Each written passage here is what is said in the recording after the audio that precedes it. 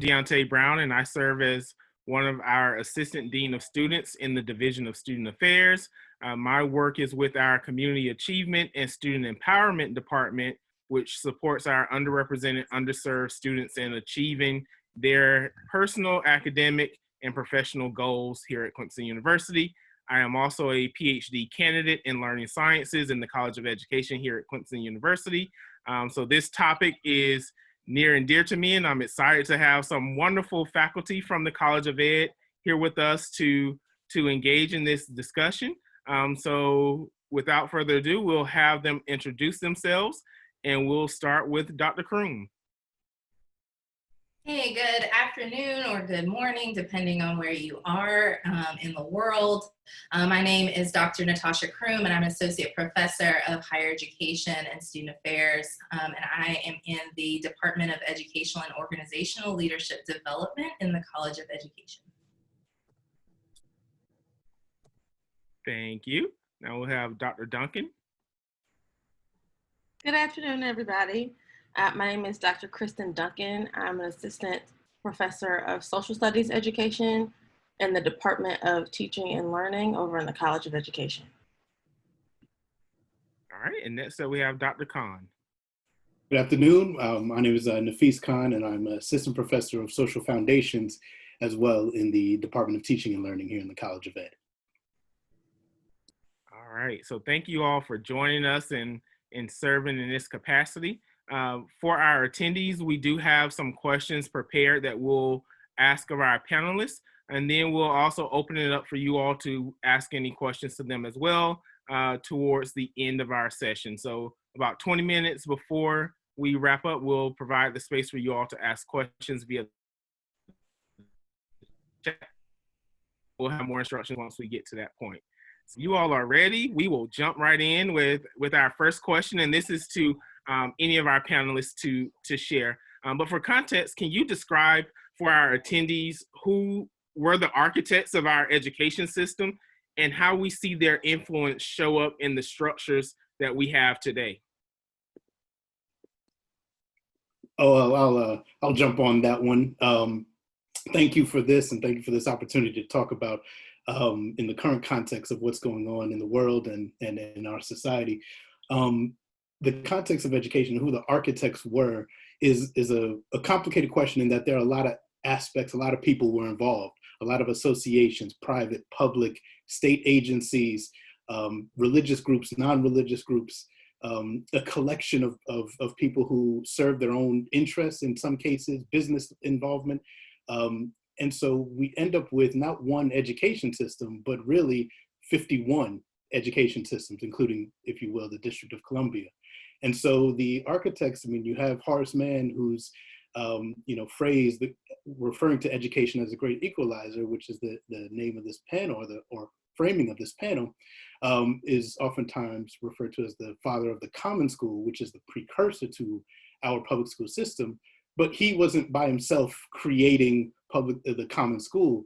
He was one of many proponents, and all of them had very varying local contexts. And so who was part of those conversations and who was not part of those conversations, who had education done for them and who had education done to them, I think it's really much part of this context. And so, just as at an intro, the phrasing of great equalizer, when Horace Mann said it, and I think we'll probably come back to it, but when he said it I think in the 1840s in his report, he referred to it as education is the great equalizer. Is the balance wheel for social machinery, right? And so it's more so, one could argue that it's more so about maintaining harmony in society rather than drastically creating an equitable society, right?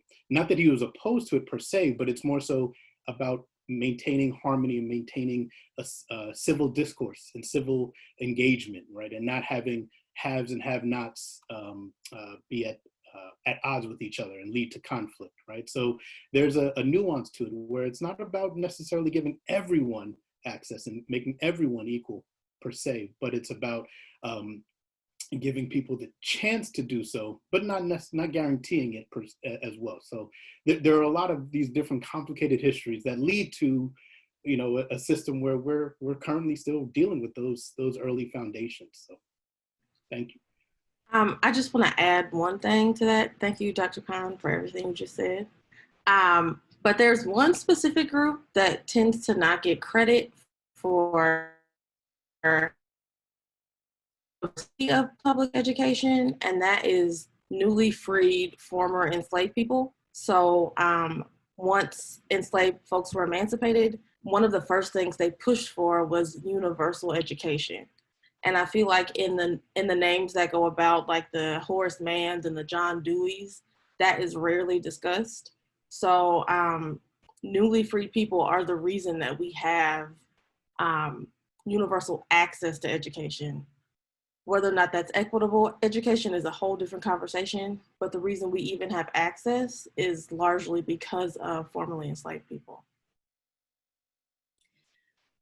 Yeah, I think as I was thinking about this question on the higher ed side of things, I was like, okay, this is like, whole class, as most of this information is. So I was thinking, okay, how can I maybe structure this to give us a few ideas of architecture in terms of how we've designed higher ed. And so I just want to point to, I think, sort of three things that have happened over time that have contributed to the structure or really are foundational to the structure.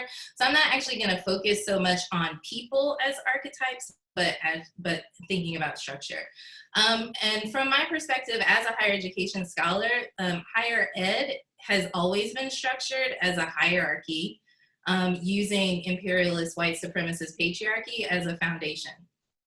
Okay, like we got to start there. And those at the top of the higher education hierarchy get more resources than those that are at the supposed bottom.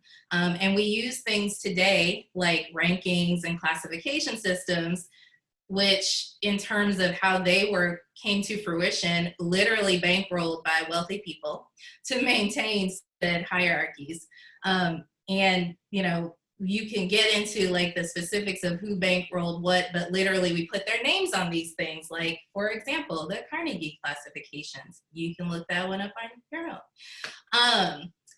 And so, the 3 points, I guess, in time that I kind of want to point to is obviously the beginning, right? So our colonial colleges, beginning with the Harvards and such, really based on this idea of an Oxbridge English model of like bringing living and learning together. And that's when we see these cutesy, fancy institutions that have, squares where people are, housing is around the square and, where it's real nice. And you can literally look at the architecture of these institutions and see where they come from.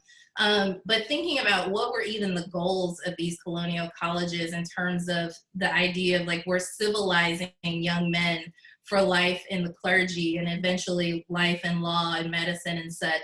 But these spaces were really for landowner's son. I know sort of the master narratives we like to tell ourselves is that these were just for white men. And the reality is it wasn't just for any old white man. And whatever white meant in that time, because race and racial categories have shifted over time, but for those sons of those folks who owned land, and that was even on a spectrum. And so there was actually some socioeconomic diversity in the colonial college time, and you knew this because they were told they had to wear different clothes to separate them from each other on a baseline. The curriculum was what we would consider the classics of Greek and Latin texts to be read and taken up, right, as big T truth in some ways. Only some faiths were included, all Christian-based faiths, of course, but not all Christian-based faiths were taken up in the colonial colleges. The second sort of architectural arc I want to point to are the moral acts and the land-grant institutions, which again, inherently hierarchical and unequal. And even thinking about the fact that there's two, right, 1862 and 1890, and how, why was there the need for two, right? Like, most people don't necessarily understand how land was given to states to do with as they wished, right? So like land is given to states, and those and leaders could decide whether they wanted to sell the land for more profit or build on it or otherwise profit off of the land. And so the land grant institutions that were created through the 1862 also created what we consider today as land grant institutions. Unfortunately, the reality was most of those states created institutions that prohibited racially minoritized people from benefiting from those educational institutions. And of course, that's not how the stories of land grant institutions are told today. And so we get the Morrill Act of 1890, which was pretty much passed in the vein of separate but equal, except it wasn't equal because they didn't get land. They only got money. So again, there's a disparity there, and we continue to see the connection between race and racism and property and education. And the bigger question around Morrill Act and the land grant institutions is, where did the land come from? And who actually contributed, or who actually profited, the most, both in the moment and over time, right? Most of the institutions that are land grant institutions serve tens of thousands of students, with less than 1% of that population being Indigenous students, even though these institutions are built on Indigenous lands. So if you're looking for sort of more around that, there's a really great resource, Land Grant U, I think it's .com, that can get you into some of that. And the last area I want to point out is around community colleges and technical colleges, and sort of the ideals around why those popped up, and the framing around those, even though even today in the conversations, they get sort of positioned at the bottom of the narrative about what's good education and where people can actually have their goals met. And I would say that our community colleges and technical schools are actually one of the few places where we know what students' goals are, and we're actually okay maybe with their educational goals, and we actually work and support students towards their goals in ways that I think a lot of four-year institutions certainly do not. And so in thinking about the open access policies of community colleges, the ways in which they can support student persistence, very different, and I would even say oftentimes much more successful than some of our other types of institutions. And so I think, you know, thinking about the colonial college period, the Morrill Act, land grant period, and community college technical school uprising helps us to think about the architecture of higher education and some of the ways in which inequity has continued to manifest in post-secondary education. If I may, just to jump on something that you said, there's a lot of interest again onto why we were expanding in some ways and restricting education in other facets. So the goals of how far someone should go with their education, right? Is it beyond learning to read and write? Is it beyond grammar school? Is it beyond secondary school? Is it to tertiary? Is it to higher ed, right? We constantly as a society were creating who should go to that level and who should not go to what level, right? So for women across races, whereas no, you don't need beyond grammar, reading and writing. And then, wait, no, white women can go a little bit higher, but women of color, in particular Black women, no, you don't need to go beyond this because your potential is in certain labors, right? Certain industries. And so I think we have to reconcile with the fact that we've constantly put these barriers or these varying interests have played a role in what's been the goal of education, right? And it's shifted depending on who's talking, whose interests are being served at any given moment, and who's the idea for it. And so it's a constant struggle, which, very much is ongoing today, right? I mean, we have technically universal education, right? Everyone, we have truancy laws, right? You have to be in school to a degree, but what that goal is, there's still a struggle around what the ultimate goal is, right? Is it higher ed for everyone, is it post higher ed? Is it graduate school for everyone, right? What is that idea of universal for people and for education? You all brought up some very good points that I look forward to us building on. And so to go from there, you talked about the exclusion of certain folks from education, the limitations of what type of education certain groups could get, and also the competing interests that we have about who's in the room, so to speak, creating what education looks like. If we think about where we are now in 2020, how have all of the exclusionary factors, the competing interests, how has all of that shaped the state of our education today in 2020? What are some of the big points that you want to make sure people understand about these impacts over the years?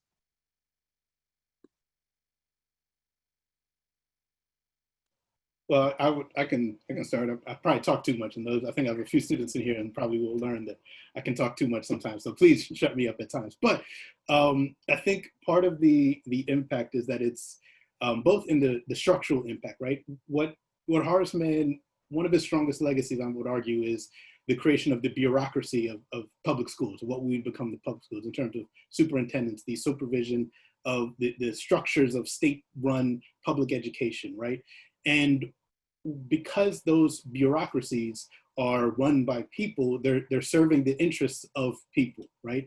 It wasn't embedded around equity of access within those structures. It was around organizational models. And so I think part of the impact is those of us who are in differing positions, or those who serve in those capacities, impart our own biases, our own perspective, our own interests, or are subject to differing interests. And so we see that constantly when people are, either appointed or voted in. We're serving such varying constituents that we're not doing right by people always and often, right? So I think one of those legacies is the not just proverbial, but in actual, who's in the room, right? Who are on school boards? Who are on states, state boards of education, state associations, curriculum associations, right? Who are those? Because those are the ones that are that legacy of creating a bureaucracy to oversee a facilitation of universal education, but are run by people, right? And so how do we make sure that those voices are heard in the places where decisions are being made? And there's been a constant push. Dr. Duncan referred to the formerly enslaved being the first thing they're pushing for is education. And in states prior to the Civil War, like in New York in the 1700s, they were pushing for education then, right? Even whether or not all were free or otherwise. So the awareness of this is a critical space is not new, but it's the fact that it's a contested space is one of the things that we're still dealing with. And I think that's I'm not sure there's an easy answer other than being constantly pushing for, are we reflective of the society? Are the voices of varying groups and people heard in these spaces where decisions are made in the K-12? I'll just speak to that level. I also think about, Dr. Khan just talked about like who's allowed into spaces. I think about the critical race theory tenet of whiteness is property, right? So who's allowed in these spaces? Who's allowed the right to enjoy these spaces? So just I'll use myself as an example. So we talked about exclusion in school throughout history, or exclusion, education as an exclusive space throughout history. And I think about my family, right? So none of my 4 grandparents even got to high school, right? So what would my life have looked like, or my parents' lives have looked like, if their parents had even been able to make it to high school? I think about the Black women who served as domestic workers because they had no other alternatives, and subsequently did not have Social Security or Medicare because their employers did not pay into those systems.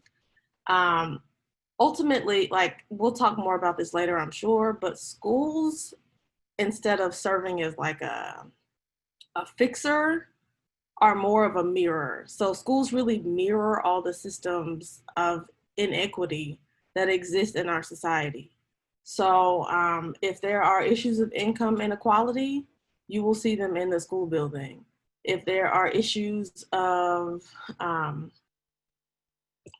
racism, you're going to see that show up in multiple facets throughout the school, be it curriculum, discipline,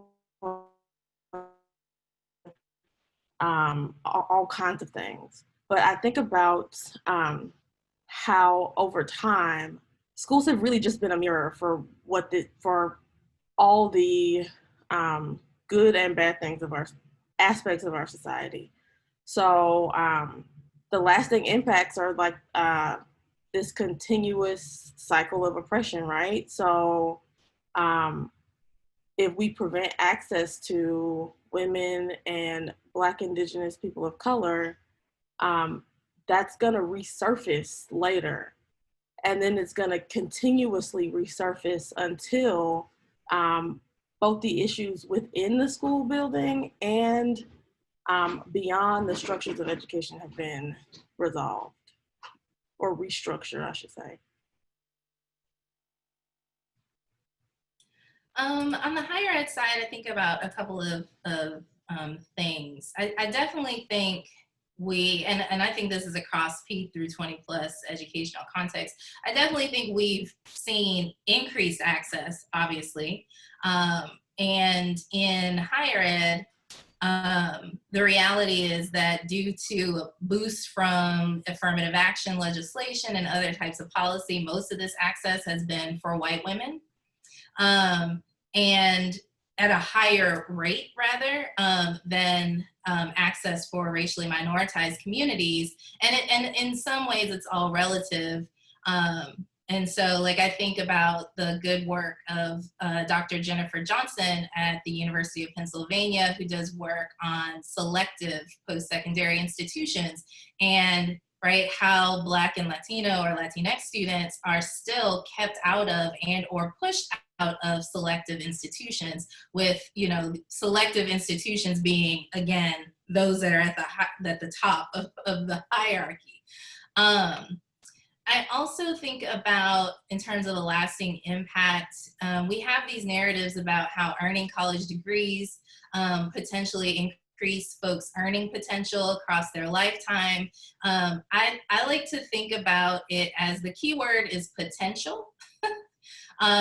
Higher ed is getting more and more expensive for many, many reasons. More people are borrowing and going into debt, trying to get degrees for the purposes of the possibility of increased earning potential. But the reality is that higher ed in general and earning, the degree earning of our country is not actually closing any wealth gaps. And it really actually is creating bigger gaps, and particularly between varying levels of middle class communities. And so, you know, as we think about sort of these master narratives that we tell ourselves about the potential of higher education, there's a lot of good possibility there, but I don't know that we're really radically moving in that direction. The other thing I think about in terms of preventing access, you know, I think we've used education and knowledge to divide communities. Particularly, we've used it to divide communities of color who might otherwise come together in coalition for more sustainable systemic change.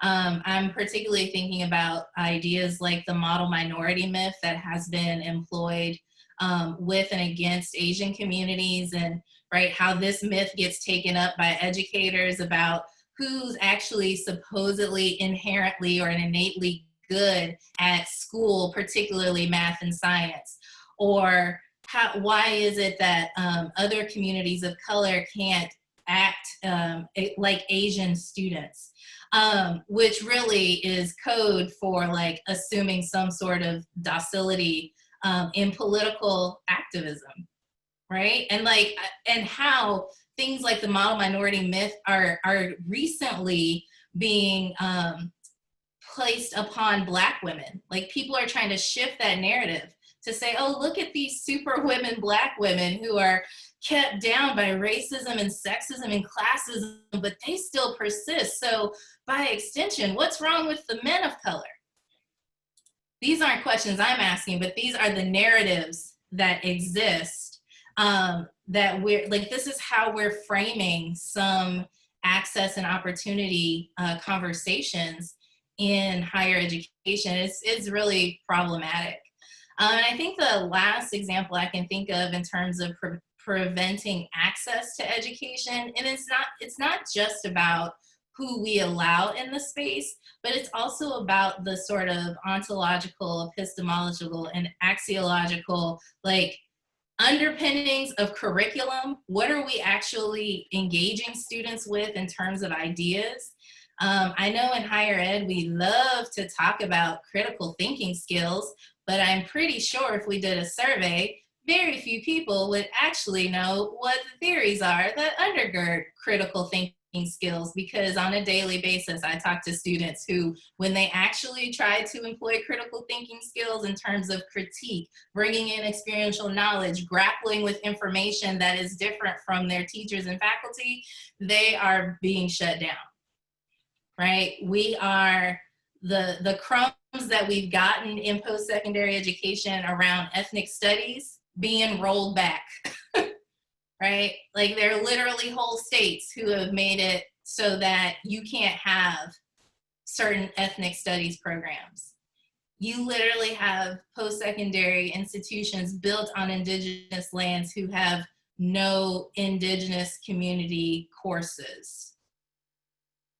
So I think in terms of access, yes, it is a lack of access to actual space, right? And like actual access to the social endeavor of education, but it's also a lack of access to a diverse arrays of knowledge.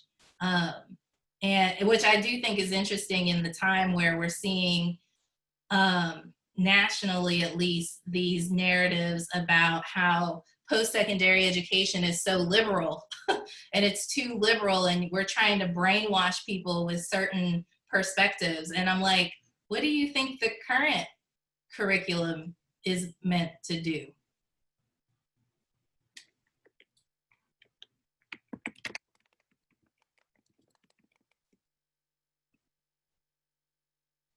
Thank y'all for sharing that. And we're gonna go a little deeper into one of Dr. Duncan's comments about education mirroring our greater society. And so how do you see the isms, so to speak, show up within our educational context? So when we think about racism, sexism, classism within our society, in what ways is that infusing or shaping what education actually looks like today? How much time do you have?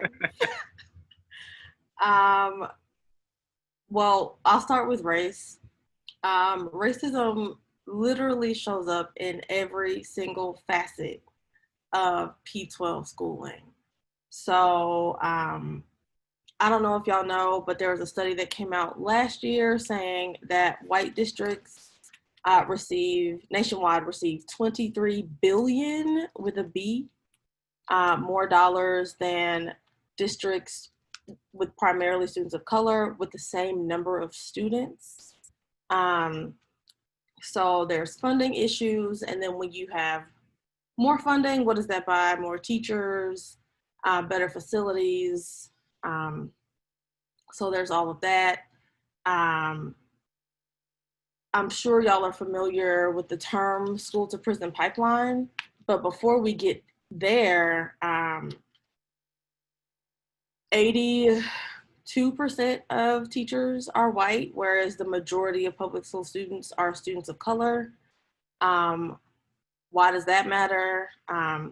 Black teachers generally have higher expectations of Black students, which means they are more likely to recommend Black students for gifted and talented programs, which is another issue of access, right?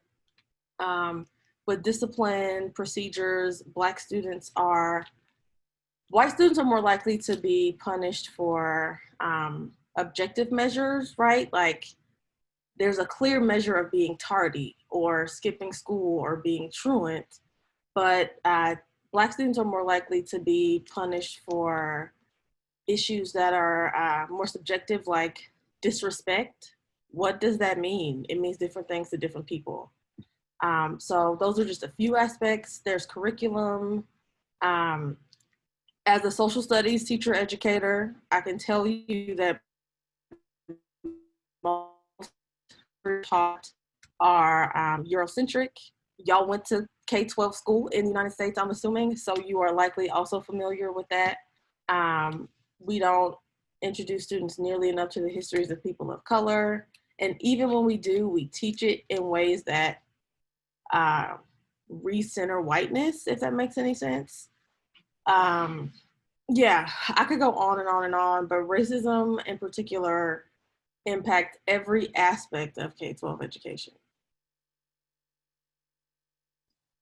If I would just jump in and kind of echo one element to that around where Dr. Duncan was referring to the teaching force, right? I think it's important to remember that following Brown v. Board of Education in the subsequent decades, approximately 10 to 40,000 Black principals and teachers were fired, right? From these newly desegregating districts and schools. And so what ends up happening is a gap in teaching force, right? A massive gap, right? Where there were many Black teachers and across the, not just Southern states, but obviously primarily in Southern states, who were no longer in positions, no longer teaching. And so the generation of teachers, right? Those who were children of those teachers who were fired may not have gone into teaching, meaning there was kind of a generational gap. So we're still recovering and trying to, in a college of ed, we're always talking about how do we recruit more students into teacher ed programs, students of color into a teacher ed program.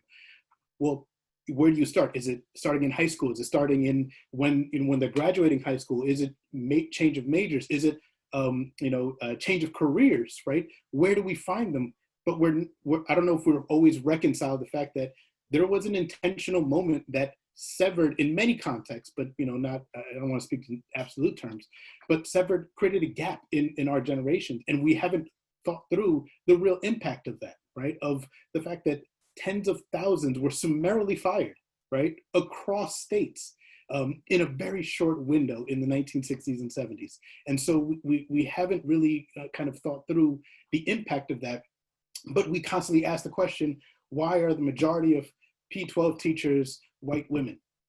We constantly ask that question, but we're not really wrestling with the question of how do we get there, right? And how do we, in order to answer that question, leads us into how might we better support students and encourage students, because they're not looking in education, right? Many students, they're not looking in the fields, even though they want to do and serve communities.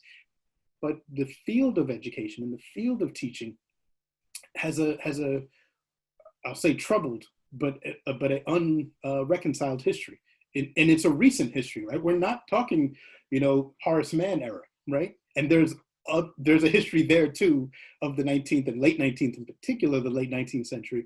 But this is a recent history, right? This is many of our parents or uncles or maybe even ourselves, right? For some of us. So it's something that I think we need to reconcile, that we see it play out in the professional element of teaching and education.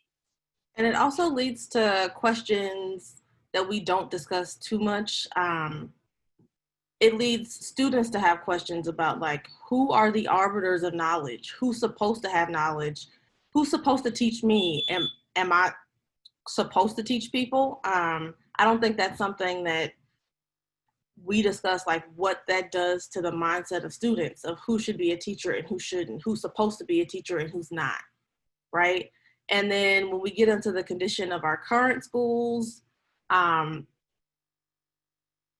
having taught in places where the majority so I'm a former middle school teacher, and I can say that exactly none of my former students have become teachers. Most of them are out of college at this point.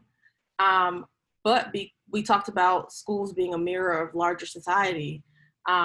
Because their schools took a high security, really oppressive stance to educating them, they don't want to go back in school buildings. But that's a whole nother rabbit hole I don't want to go down right now. But yeah, there's a reason that a lot of students of color in particular don't want to be teachers. Yes, and they don't pay teachers very well either. Thank you, Jared.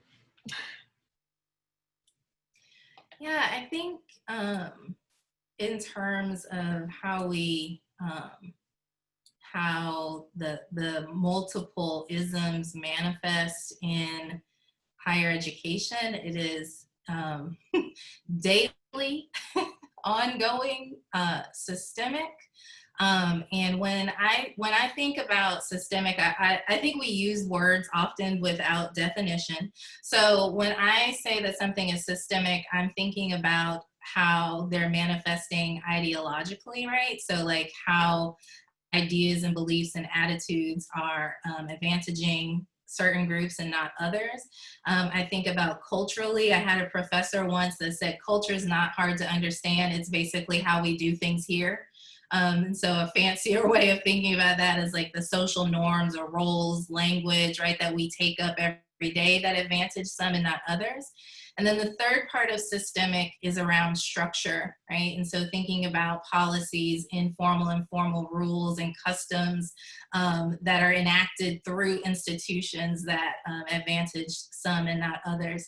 So we take that idea of systemic and layer on top of that intersecting forms of oppression such as racism, sexism, classism, transgenderism, ableism, and the so forth, then we can start to, I think, see just how deep all of these isms are in literally every social institution that we have. And social institutions range, right? Schools are social institutions. Families are social institutions, right? There's so many, anything where we're interacting in a more formal, informal space as a social institution.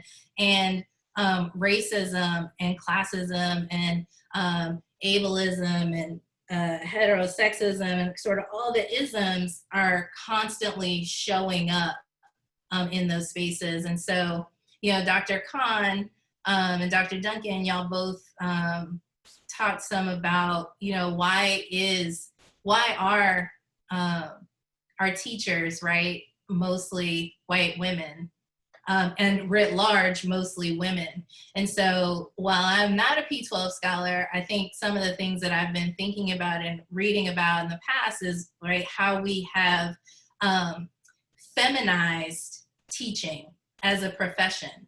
And that feminization is not just simply about the bodies that are teachers. Rather, it's connected specifically to patriarchy, which then gets specifically connected to class and economics, which is why we don't pay teachers. Because I promise you, if there were more men who were teachers, they'd make more money. And so again, right, like we can see how the ideological, right, so the feminization, teaching is a feminine endeavor, gets connected to the structural in terms of how we actually pay folks to do the really, really important work of engaging with most people in our society, right? Because most people in our society are going through some sort of formal and or informal educational structure. You know, on the higher ed side, an example I think about in terms of how racism and sexism intersect.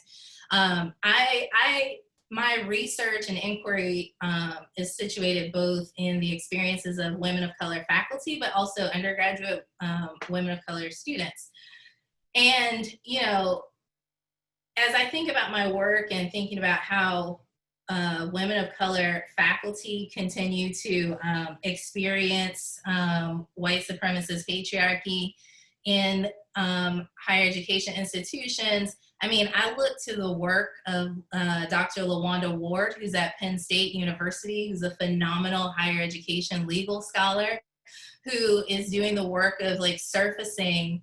We have these supposedly meritorious practices. Some of you may have heard of it. It's called like tenure.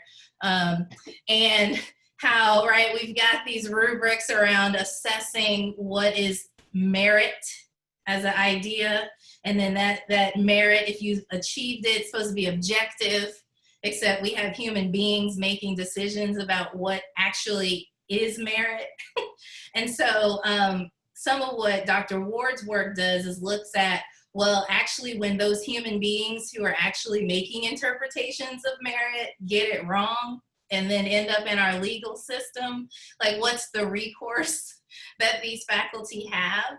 And, you know, through her research as a legal higher education scholar, what I'm learning is that we don't have any recourse, really.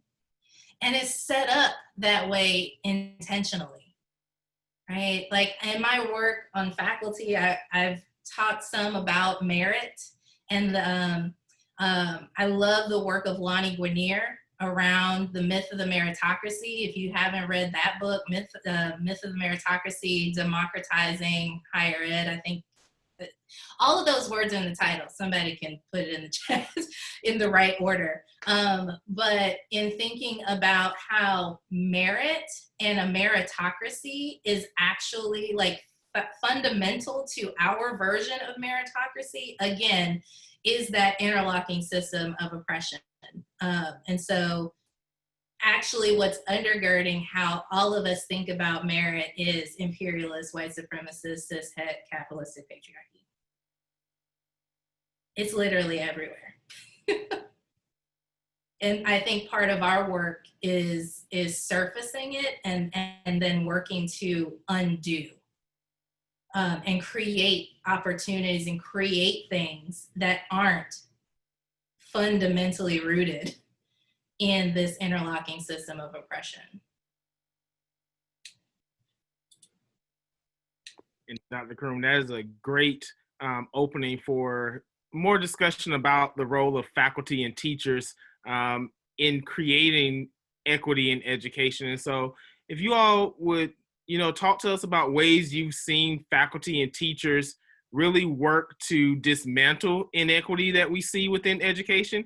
And on the flip side of that, what are the ways you've seen faculty, teachers, and even administrators kind of uphold and validate the inequity that we have in our system? So one thing I would say is it's a combination of the individual acts, right? So there's what you do in your own space, right?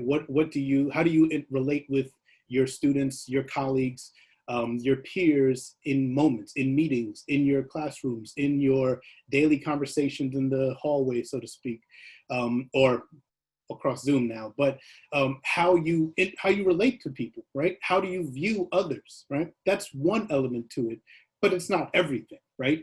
There's also, do you recognize that there's a larger context from which either your students or your colleagues are coming from, right? Do you recognize their experiences are being brought in, that the experiences they're bringing in are ones that you may not be, not just aware of, but are not as, they're not as kind of tied in and don't resonate in the same way with your experiences, right? So how do you engage with that, right? In the works of, you know, culturally responsive scholars and culturally sustaining scholars kind of speak to that perspective around awareness. But I think also there's the important work of social scientists of looking at these broader patterns, right? These broader outcomes, right? I mean, sometimes I always have trouble with the phrasing outcomes, but you know, when we talk about issues of health, I mean, we're in a pandemic. The population which have the highest rate of death from COVID are Black populations, in particular Black older populations. But nonetheless, that's reflective of the circumstances in which we find ourselves that have been intentionally, in many cases, kind of constructed. So I think there's both the responsibility and the wherewithal as teachers, as faculty, as people. How do we relate to when the student comes to you? what are your assumptions that you're not questioning about about your relationship with that student, right? But then also there's the idea of, are you aware of the larger context in the school that you're working in the family that you're in the community that you're part of? Are you being active in trying to bring to light these differing voices and experiences? So I think there's a lot that has to be done, right? And has to be carried out.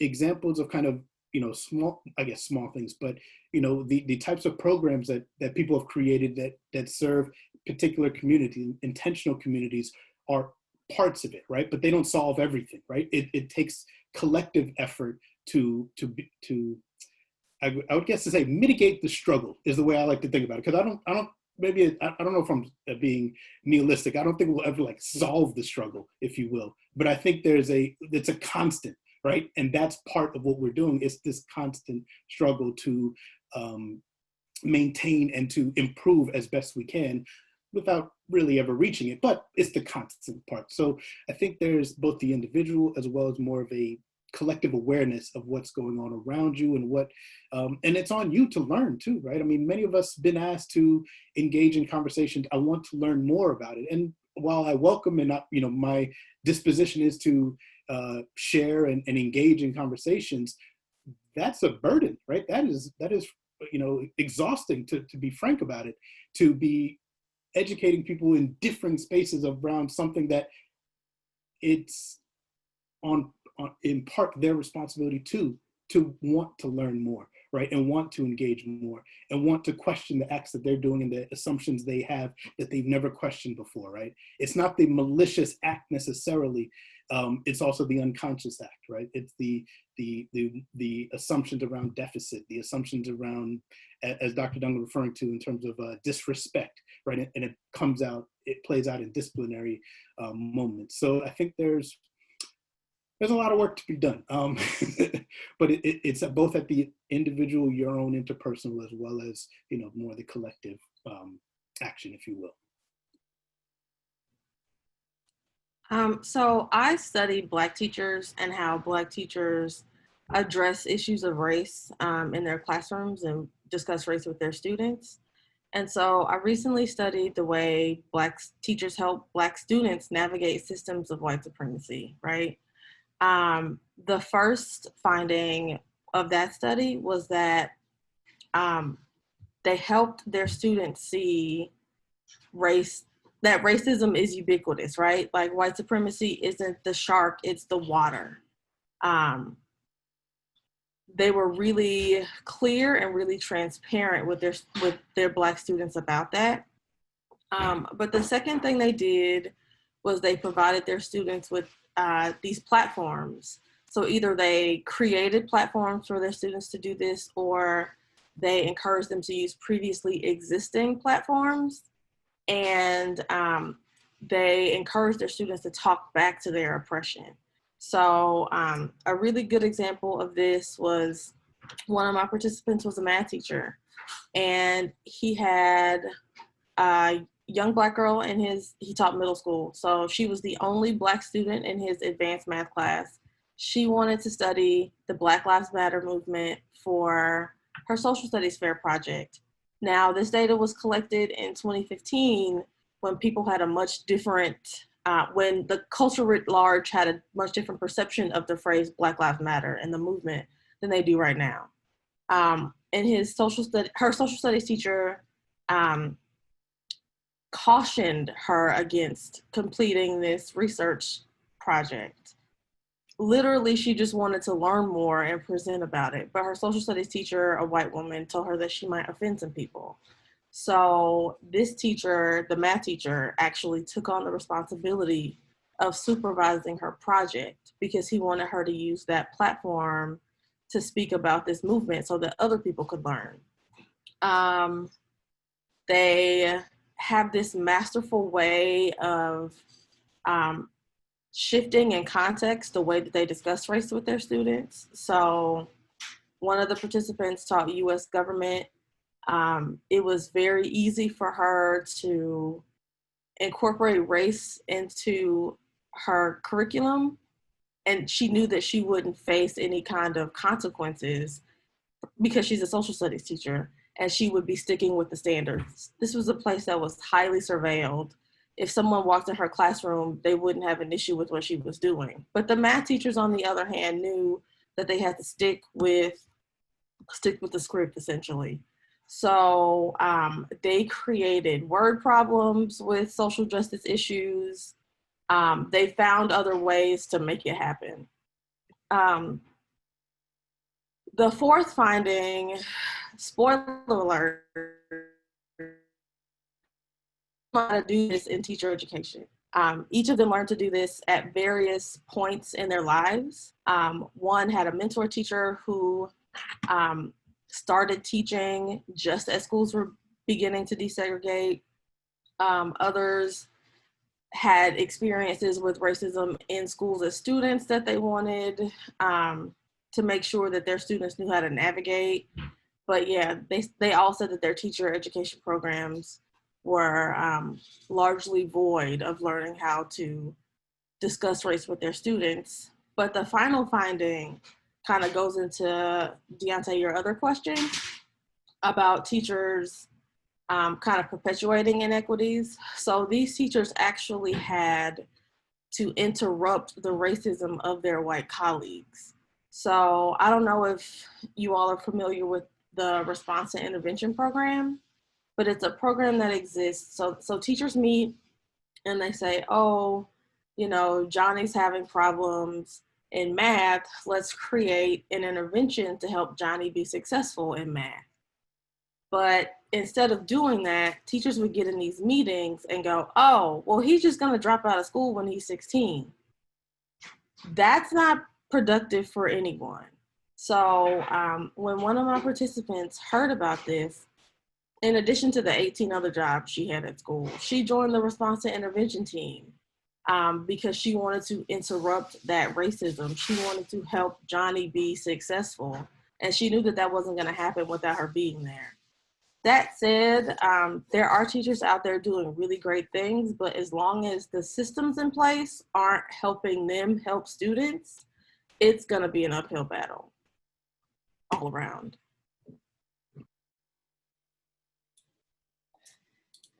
Yeah, as I think about how faculty are both contributing to inequity, but also working to dismantle inequity, I think a couple of things come to mind. In terms of contributing, I mean, and I think, you know, Dr. Khan and Dr. Duncan said similar, we continue to ignore the realities of people. We like to, you know, there was this great tweet going around over the summer about how post-secondary institutions respond in civil unrest. And the first was like listening sessions. The second was like task force. And there were two others. I can't remember what all was on the list.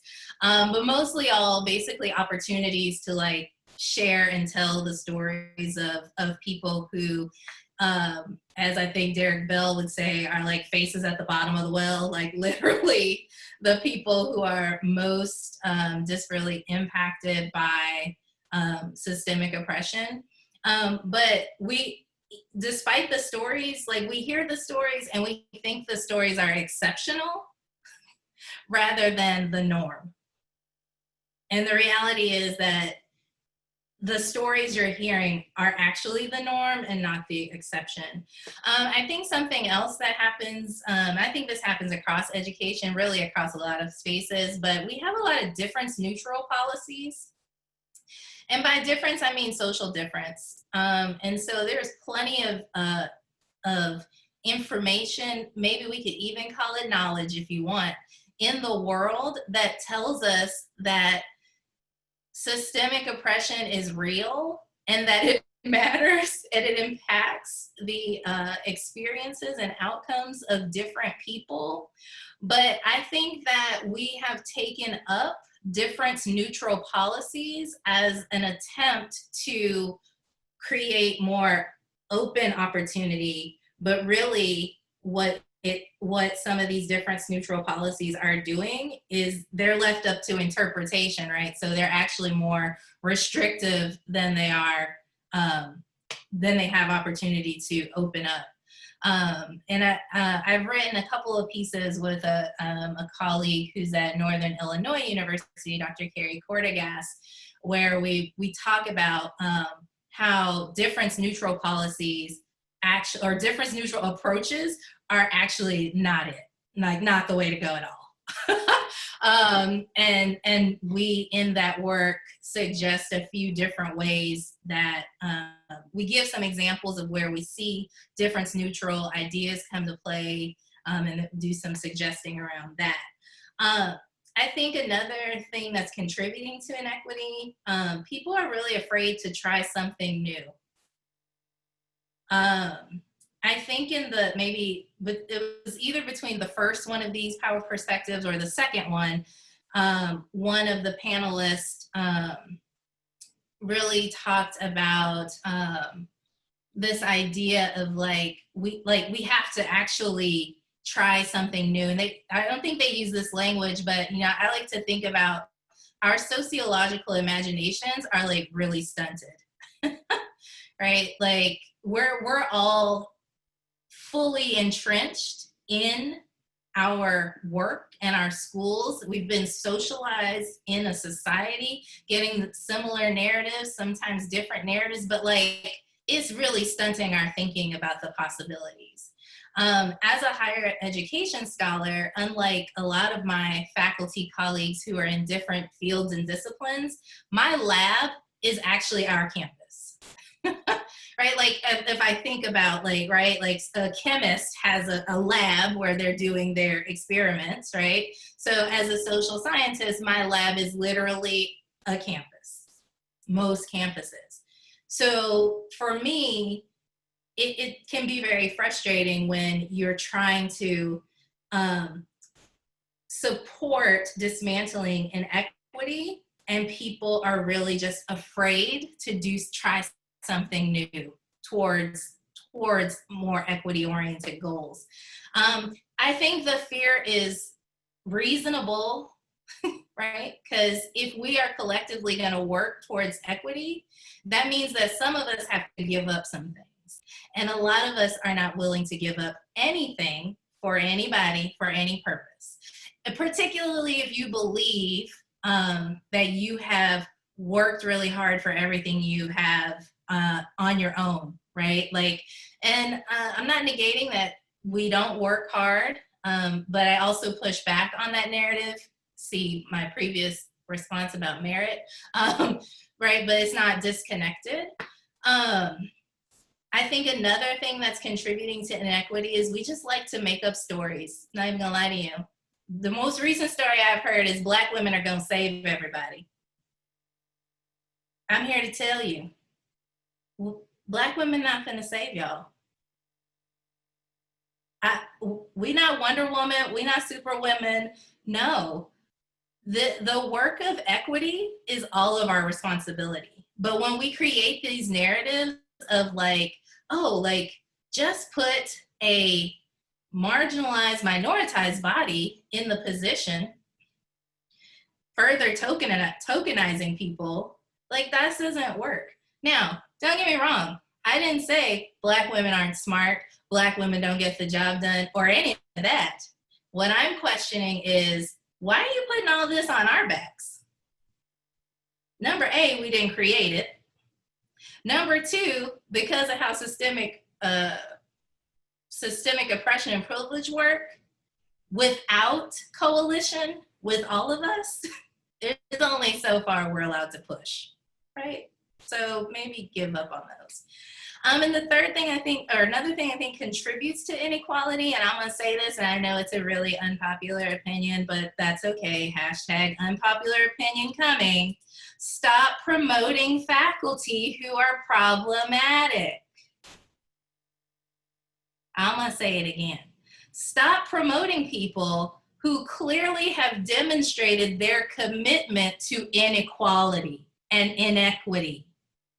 And stop acting like we don't have the evidence for that.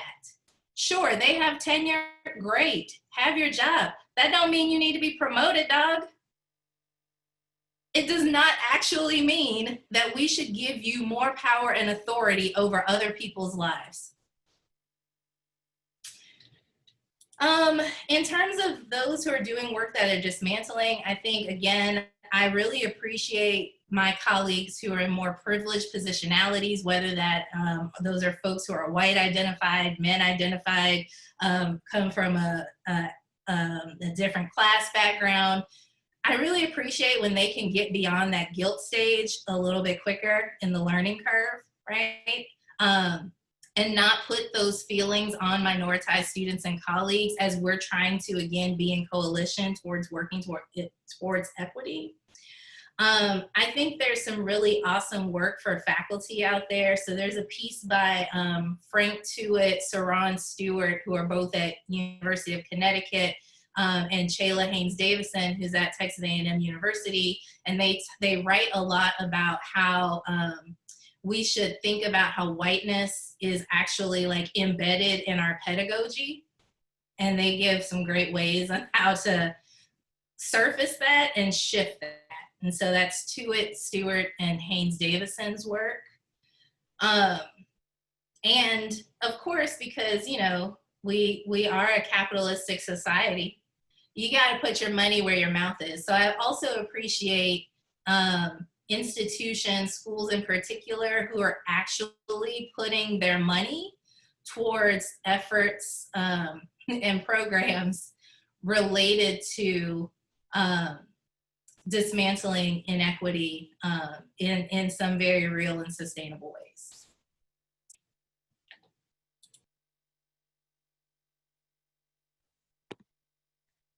Thank y'all so much for sharing. At this time, we're going to open it up to our attendees. If you have questions about any of the remarks from our panelists so far, or questions you've just thought about from what they've shared, you can send those to myself or Kendra Stewart-Tillman, and we'll get those provided to the panelists. So you can do that now via the chat feature.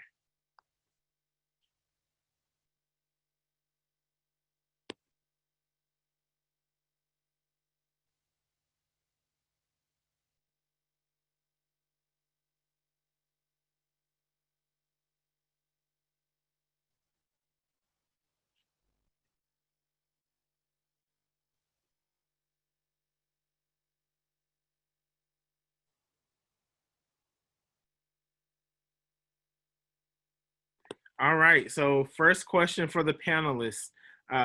What advice would you have for future educators to battle the assumptions and biases that are embedded in early education and combat them in their classrooms? So again, what advice would you all have for future educators to battle the assumptions and biases that are embedded in early education and how they can combat them in their classrooms? I'll start, I guess. I would suggest, one, is a good thing that you know they're coming, right? Like if you're walking in with rose-colored glasses, thinking that, you know, none of these biases are going to affect your classroom, you would be in a bad position. But knowing that they're gonna come is the first step.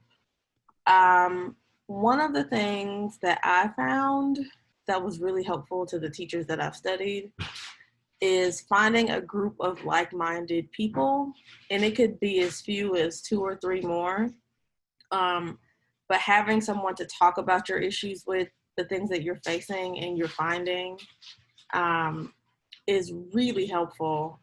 And it also keeps you centered, right? So sometimes when we experience oppression, we can internalize it. We think it's our fault. But when you hear other people's counter stories, you come to understand that it's a result of your oppression and not something that you did. So that's my first suggestion. And that will also help you remember why you got into this. So the systems in which you will be working are not what I would consider ideal. But if you can find some like-minded people, if you can find a job in a place that you know is more open to equity and equity of all sorts, that would be helpful. But yeah, I would suggest finding some like-minded folks to get together with regularly. I would just piggyback on that, or add to it, I guess, the importance of doing the work on yourself too, right? Getting that practice of evaluating your assumptions and bringing to light your assumptions that you carry, right? In order to better kind of identify and respond to other people's assumptions that they're having about yourself, about your students that you're engaging with, the conversations. As Dr. Duncan referred to her research, where the types of comments other teachers can sometimes make about students can be quite, well, horrendous, just to be honest about it.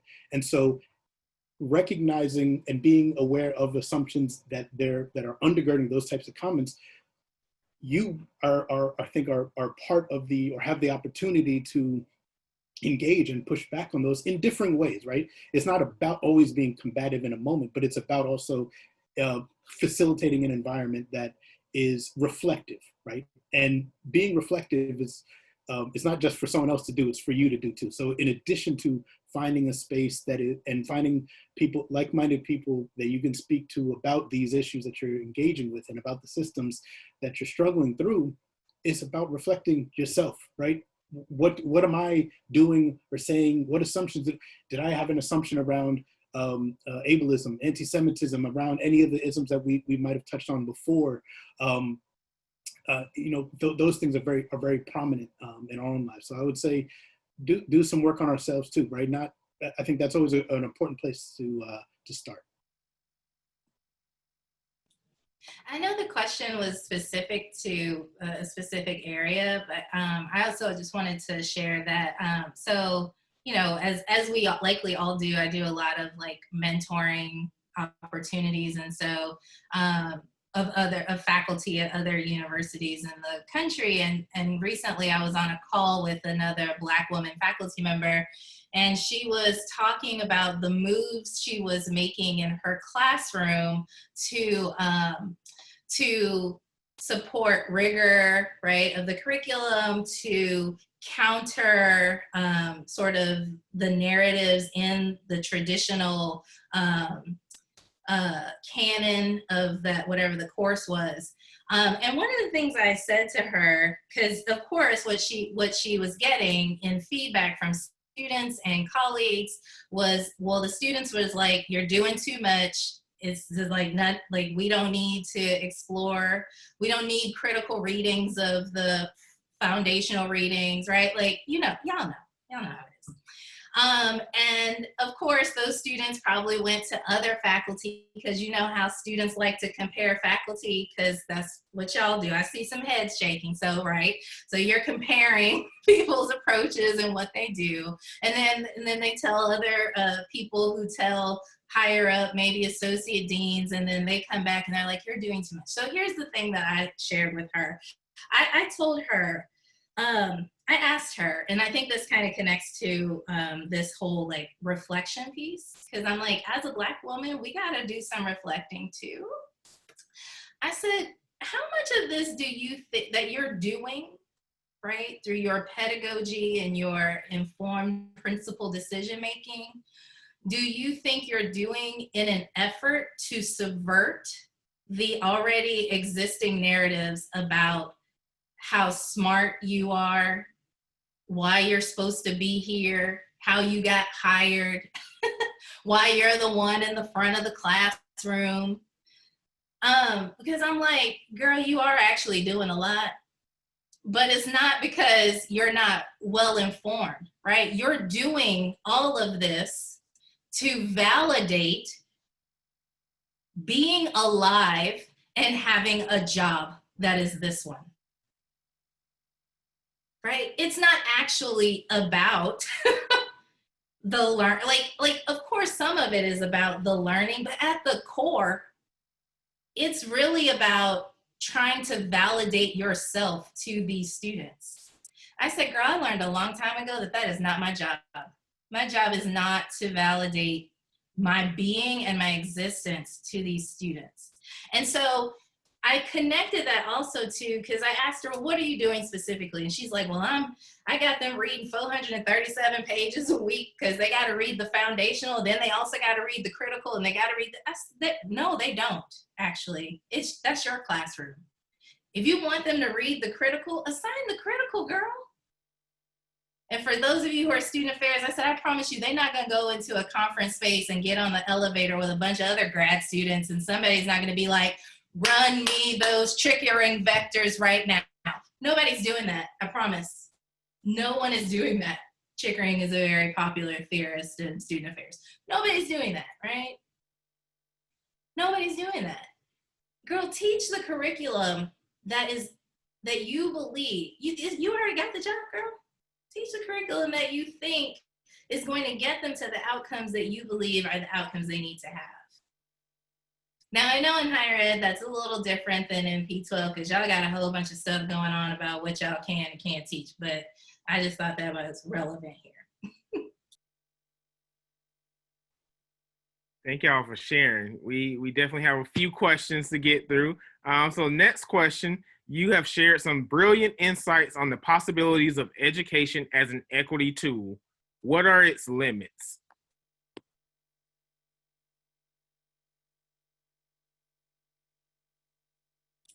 Can you read the question again? Sorry. Yeah. So you have shared some brilliant insights on the possibilities of education as an equity tool. What are its limits? Nafis, you want to go? Oh, you can go. Go ahead. Oh, okay. Yeah, I was recently in a conversation with my good friend and colleague, Dr. Rachel Wagner. And I'm gonna quote what she said, because I was like, she said this perfectly. And what she said was, because we were talking about the opportunity for education to be a great equalizer, right? So kind of going back to that narrative. And she said to me, education won't replace stolen land. It won't change the 200 plus year economic wealth head start that some folks have. And it won't bring back the dead. And so that really stuck with me in terms of like education as a social institution can do a lot, right? And we have to work as hard as we possibly can to ensure that. I read an article once that said police officers who have a college degree, who have at least one college degree, have fewer, when they're assaulting people, what are those things? What's the formal thing called? I lost my train of thought on that. Excessive force, thank you. Like they have fewer excessive force reports in their file. I mean, like it's a small thing, right? But like, think about that. There's so much potential connected to everything that's going on in the world. And so, yeah, education can't replace stolen land, and it can't change alone the 200 plus year economic wealth head start. And it won't bring back the people who are being constantly murdered and experience violence in all kinds of ways. And so, because it doesn't come with land or reparation or other forms of restorative justice, then we have to lean on the other social institutions that we have. And I think this was mentioned in the other sessions in this series, that we have to lean on the other social institutions that we have to also be working towards equity. Because there definitely are limitations, right? Yeah, just to piggyback off Dr. Kroom, education definitely has potential to work towards being that equalizer, but it's still a mirror, right? So if kids don't have access to healthcare, education can't do what it needs to do. If kids don't have access to safe and stable housing, education can't do what it needs to do. So we need to work on our other structures in concert with changing the structures that exist in schools for it to become that equalizer that we tout it to be. I was just going to add in, because there's such brilliance being spoken here, that there are assumptions around what education is, and our definitions of education, I think, are something that we need to clarify, right? And so if we're talking about just the system of schoolings, an imposition of education isn't necessarily a great thing, right? Imposing education, which we've seen play out across the country, across the world, where through education, communities and cultures have been eradicated. Languages have been eradicated through education. So what we mean by education, I think, is something we have to be cognizant and upfront about in terms of defining it, right? Our definitions. Dr. Kroom reminded us earlier how important definitions are, right? And to make sure that we're talking about the same thing when we talk about education. And then lastly, and I think Dr. Duncan was just referring to it, the idea of we've historically put so much on schools to solve all of our social ills, and then at the same time begin to systemically pull back on those resources. One example is school nurses, right?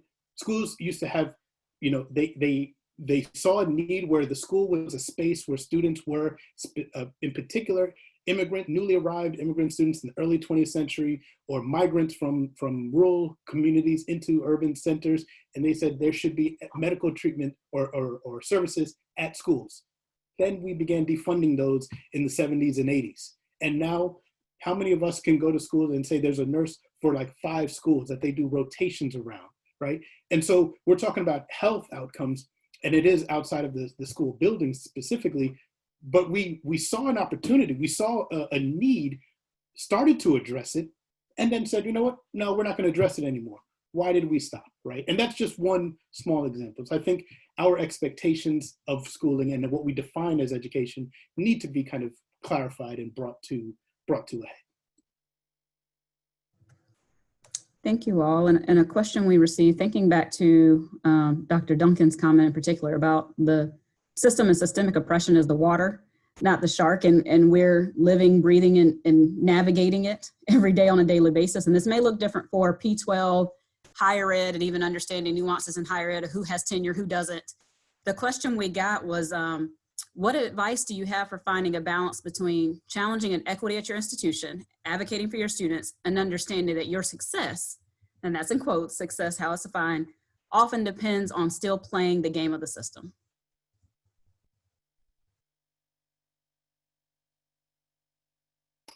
Does the person with tenure want to? I'm joking. I would, no, but I think there is a duality, or I don't know if it's a contradiction of phrasing, but you still have to exist and survive, right? I mean, you still have to take care of your mental health, your wherewithal, I think, as an utmost, right? But you know, with that, in doing so, if the work that you're doing and you believe that this is necessary, I think you have to push and challenge. You know, how you bring it up maybe is the part that is, I don't like the word of tactfulness, but how you engage people in conversations is, you know, where it's something that we all can work on. But the point of having those intentional and steps, and taking those intentional moments and opportunities to rectify, right, to address. You know, I thought I saw a comment or a question in the comment around Clemson specifically, right? Is it part of the problem, part of the solution? It's both. Like any institution, it's both. It has its history that needs to be reconciled with, and needs to be addressed, and needs to come to a head in a very meaningful way. And it also, I see it in comparison to some other institutions and around where people don't even want to have those conversations, right? And whether or not you're being forced to have it, if you will, or pushed to have those conversations in classrooms, in task force, in department meetings, I think it's a constant. You have to have those engagements, if you will. So yeah, you know, you still need to survive and still need to eat, and I don't want to dismiss that, you know, in any way in terms of your livelihood and any one person's kind of ability to survive, because we're talking about lives here, right? But I think it's, you can't not and be silent around it as a trade-off, right? And I would add to know that there are numerous ways to resist, right? So you don't have to walk around all the time with your fist in the air, to quote my colleague Tiffany Patterson, yelling, "Stick it to the man." There are quite a few ways that you can resist, but you need to know your context before you can know how to resist in that context. So I would suggest first learning the environment that you're in if you're in a new place, and then figure out how you resist that place until you have achieved the quote unquote success that allows you to resist a little louder. You know, it's really interesting. I mean, I have a lot of thoughts. I'm going to try to keep it brief. I think earlier I said, if we actually want to take seriously the work of equity, all of us have to figure out what we're willing to give. And I stick by that. And I'm not negating that, you know, Maslow's hierarchy exists. Like, I need to eat. I need to have somewhere to sleep, right? Like, so putting that aside, what are you willing to give? I have spent my entire career, I feel like, pushing against a lot of things. And I'm not gonna lie to y'all, I've lost some things, okay? In really big ways that have impacted my earnings, that have impacted my opportunities, but I don't regret it because I'm like, these things had to happen. Not to make light, but in the back of my mind, I'm like, did you die? And I'm not making light of it because people are literally dying. People are literally dying who actually are minding their business. And if I have the privilege to like be in this position and do this work, I gotta take it. I told my friends, I said, listen, if I don't get tenure, I'm moving to Chicago, I'm gonna live in your basement, and I'm gonna work at Starbucks. Because I heard they got this cup situation where you can have conversations about equity. I mean, I'm gonna be the most overqualified barista ever, but guess what? That conversation about equity gonna be fire, Teresa. Enjoy your latte. Right? Like, we have to figure out what we're willing to give. None of us are going to thrive if we don't give up something. I'm tired of surviving. I drive to work, my heart rate going up. Right? It's not healthy. It's not healthy. It's literally people's lives. Students, everyone in the entity, right, is literally people's lives. And so my answer to that is, you know, you don't have to play the game. Now, we can get into master's tools and dismantling the master's house, but you don't actually have to play the game. You can show up genuine. You can show up in the fight daily. And there is community, like Dr. Khan and Dr. Duncan said, there's community for doing that work. So do the work.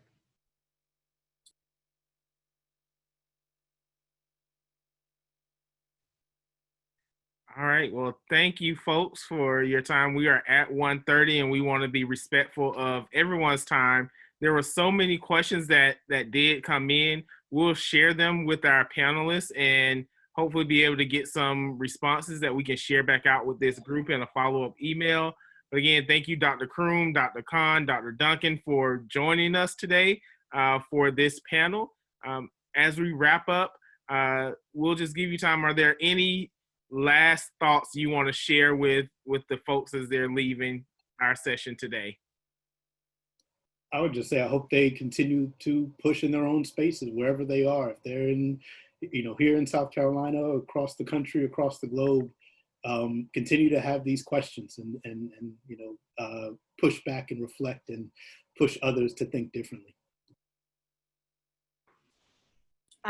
For the K-12 teachers or pre-service K-12 teachers, I want y'all to think about the connections between what happens in schools and these stories that we see in the news, like what is happening in Wisconsin right now.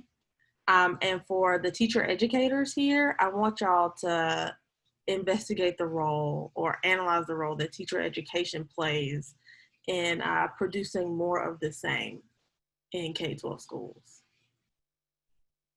Yeah, I would just end with consider what you would do if you knew that there wasn't a manual to doing this work. Right now, I think a lot of people are looking for a manual. Tell me what to do, right? And while there are people doing phenomenal work that we could look to for inspiration, everything has to be contextualized, right? You cannot, while we like to think that there is a toolbox that's gonna solve everything, it's really not. And so I leave us with like, what are you willing to give? How are you willing to stretch your thinking to create the tools that you actually need to do this work and to create the spaces and communities that we need? And my third thing is we cannot do it alone. It is not the work of one racially minoritized group, one gendered group. It is all of our work, and we need sustainable coalitions across difference to create opportunities and spaces for people to thrive and not just survive.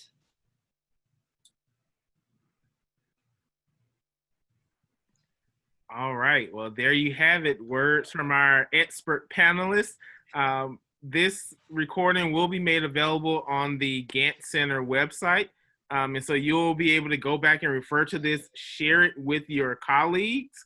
If you're a faculty member, share it with your students. But this is definitely a conversation that needs to continue to happen. And Kendra even sharing that maybe there needs to be a part 2 of this. And so we'll definitely continue to keep this conversation going. As Kendra said at the beginning of our event, our next panel will be towards the end of September, early October, and focus on our rural populations. So be on the lookout for more information for that next iteration of our event. Thank y'all for coming, and have a great rest of your week.